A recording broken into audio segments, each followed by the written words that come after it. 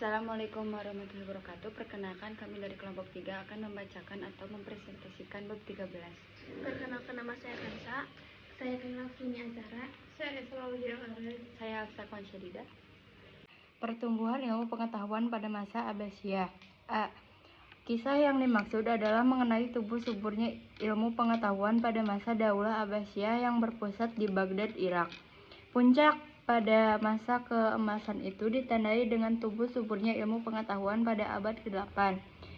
Popularitas Daulah Abbasiyah mencapai puncaknya di zaman Khalifah Harun ar-Rasyid dan putranya Al-Mamun. Kekayaan negara banyak dimanfaatkan Harun ar-Rasyid untuk keperluan sosial dan mendirikan rumah sakit, lembaga pendidikan dokter, dan farmasi. Pada masa itu sudah terdapat paling tidak sekitar 800 orang dokter. Di samping itu, pemandian-pemandian umum juga dibangun. Bidang kesejahteraan sosial, kesehatan, pendidikan, ilmu pengetahuan, dan kebudayaan, serta kesusastraan berada pada zaman keemasannya. Pada masa inilah, negara Islam menempatkan dirinya sebagai negara terkuat dan tak tertandingi.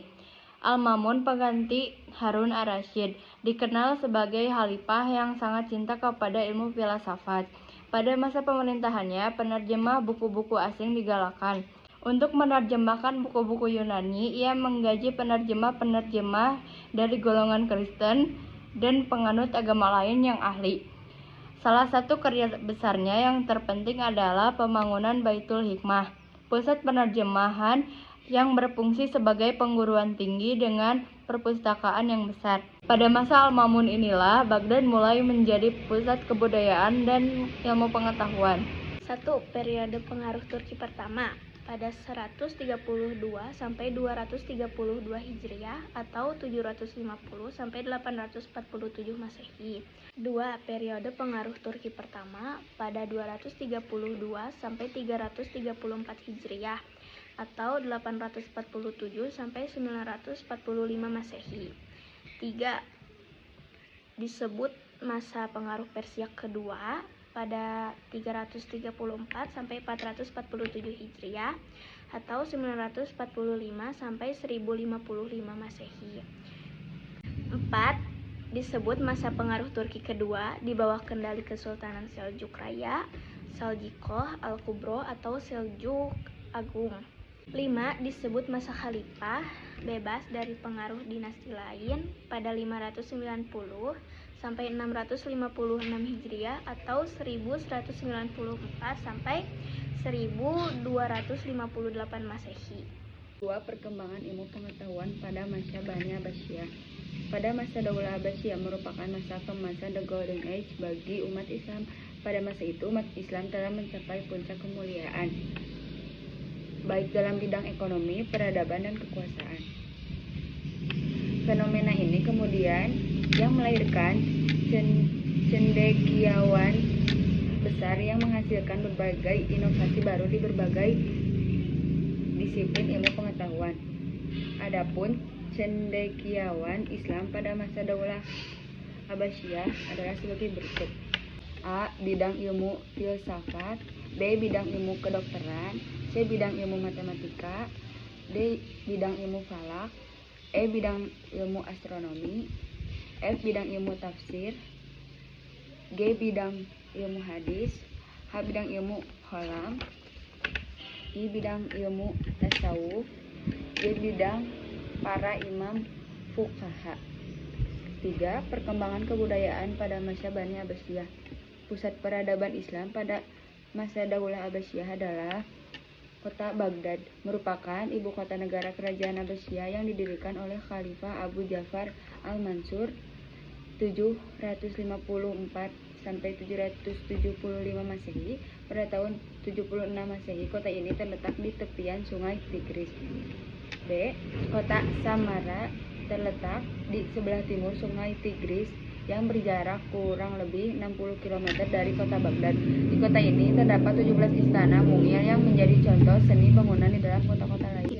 E. Kisah teladan Muhammad bin Musa Al-Khwarizmi. Al-Khwarizmi adalah seorang ahli matematika, astronomi, astrologi, dan geografi. yang berasal dari Persia. Ia lahir sekitar tahun 780 di Khwarizm, sekarang Khiva, Uzbekistan, dan wafat sekitar tahun 850 di Baghdad. Beliau bekerja sebagai dosen di sekolah kehormatan di Baghdad. Aktivitas ini dilakukan hampir dalam sepanjang hidupnya. Karya pertama adalah buku Al-Jabar. Buku ini merupakan yang pertama membahas solusi sistematik dari linear dan notisi kuadrat, sehingga ia disebut sebagai Bapak Al-Jabar, translasi bahasa Latin dari aritmatika. Beliau yang memperkenalkan angka India, kemudian diperkenalkan sebagai sistem penomoran sebagai desimal di dunia barat pada keabad 12. Ia merevisi dan menyesuaikan geografi Ptolemeus sebaik mengerjakan tulisan-tulisan tentang astronomi dan astrologi.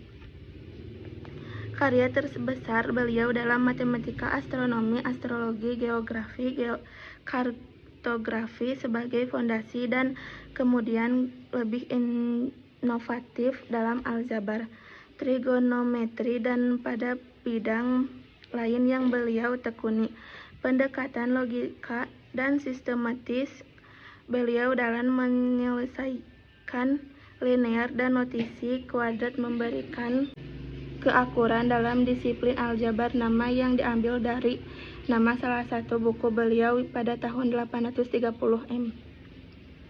Alkitab Al-Muqtafsar fi Hisab Al-Jabar Al-Muqabalah, atau buku rangkuman yang untuk kalkulasi dengan melengkapi dan menyeimbangkan buku pertama beliau yang kemudian diterjemahkan ke dalam bahasa Latin abad ke-12.